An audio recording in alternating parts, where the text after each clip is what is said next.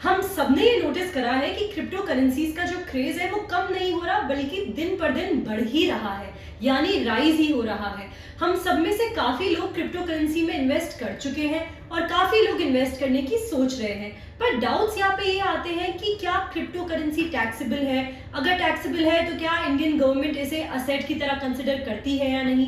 तो इन सारे डाउट्स को क्लियर करने के लिए आज मैं आपके लिए वीडियो लेकर आई हूँ क्रिप्टो करेंसीज पर। Hello and welcome back to our channel tax to win, India का टैक्स एक्सपर्ट। और आज इस वीडियो में हम बात करने वाले हैं क्रिप्टो करेंसीज के बारे में। तो सबसे पहले ये क्रिप्टो करेंसी होती क्या है? तो बहुत आसान शब्दों में अगर मैं आपको समझाऊं तो ये एक डिजिटल असेट है या फिर करेंसी है जिससे आप गुड्स और सर्विसेज परचेज कर सकते हैं। साथ ही में ये हाईली एन्क्रिप्टेड होती है जो ये इंश्योर करता है कि ये बहुत ही सेफ है।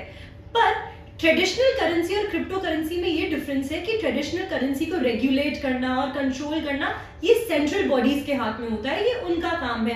पर ये क्रिप्टो करेंसी डिसेंट्रलाइज्ड होती है। क्रिप्टो करेंसीज की मार्केट की वर्थ $1.7 ट्रिलियन है और करंटली 17,000 क्रिप्टो करेंसीज अभी एक्सचेंजेस में लिस्टेड है और ये नंबर कंटिन्यूअसली बढ़ रहा है। इंडिया में प्राइमरीली ये बहुत ही कंट्रोवर्सीज में रहा, रीजन बीइंग इसका डिसेंट्रलाइज्ड नेचर, यानी क्रिप्टो करेंसी के ऑपरेशन में कोई भी इंटरमीडियरी इन्वॉल्व नहीं है, ना बैंक्स है, ना सेंट्रल बैंक्स है, ना फाइनेंशियल ऑर्गेनाइजेशंस है। तो आगे बढ़ते हैं और बात करते हैं taxation of crypto currencies in India. तो 2022 से पहले इंडिया में क्रिप्टो करेंसीज पर कोई टैक्स नहीं था, लेकिन 2022 के बजट के बाद हमें इस पे थोड़ी क्लैरिटी मिली और रीसेंट अपडेट्स जो हमें 2022 और 2023 में मिली उससे हमें पता चलता है provisions regarding the taxation and reporting of crypto currencies के बारे में। और साथ ही में इंडिया में इसे कंसिडर और कैटेगराइज किया जाता है अंडर वर्चुअल डिजिटल असेट्स और अब ये टैक्सेबल भी है। Moving further, let's see how they are charged. तो सबसे पहले अगर आपको क्रिप्टो करेंसी की ट्रेडिंग पे गेन हुआ है तो उस पे आपको 30% टैक्स देना होता है, साथ ही में 4% सेस अंडर सेक्शन 115 BBH। अब इसके बाद अगर आपने कोई क्रिप्टो असेट का ट्रांसफर किया है 1 जुलाई 2022 या फिर उसके बाद में और उसका अमाउंट 10,000 या 50,000 रहा है कुछ केसेस में, तो फिर इस केस में TDS कटता है 1% पर अंडर सेक्शन 194S।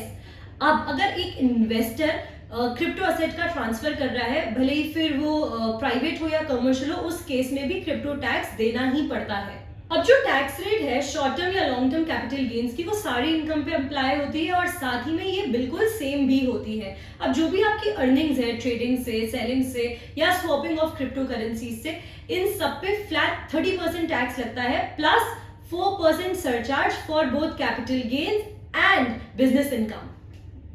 तो आगे बढ़ते हैं और बात करते हैं disclosure of crypto assets in schedule virtual digital assets. अब जो नए फॉर्म्स आए हैं हमारे पास, जो नए ITR फॉर्म्स आए हैं फाइनेंशियल ईयर 22-23 के, उसमें एक नया सेक्शन इंट्रोड्यूस किया गया है जिसे हम कहते हैं स्केड्यूल वर्चुअल डिजिटल असेट्स। अब इसमें आपको क्या करना होता है, अगर आपके पास कोई भी गेन हुआ है क्रिप्टोज या NFT से तो वो आपको स्केड्यूल में रिपोर्ट करना होता है। साथ ही में अगर आप एक इंडियन इन्वेस्टर है और आप ट्रेड करते हैं NFTs और क्रिप्टोज में और उनसे आपको गेन भी हुआ है या आपके पास उनसे इनकम आई है और आप उनको एज इन्वेस्टमेंट होल्ड कर रहे हैं, तो फिर आपको ये रिपोर्ट करना पड़ता है इसकी स्केड्यूल में, यानी आपको ये इनकम डिक्लेयर करनी पड़ती है स्केड्यूल में। और साथ ही में अगर आपके पास क्रिप्टोज और NFTs ट्रेडिंग पर्पस के लिए है तो फिर इसे हम बिजनेस इनकम में कंसिडर करेंगे। तो चलिए आगे बढ़ते हैं और बात करते हैं कि कौन से क्रिप्टो ट्रांजैक्शंस ऐसे हैं जिन पर इंडिया में टैक्स लगता है। सबसे पहले जब आप क्रिप्टो करेंसी स्पेंड करते हैं गुड्स और सर्विसेज को परचेज करने में। दूसरा, जब आप अपनी salary as crypto currency draw करते हैं। तीसरा, जब आप एक क्रिप्टो करेंसी को दूसरे क्रिप्टो करेंसी के लिए एक्सचेंज कर देते हैं।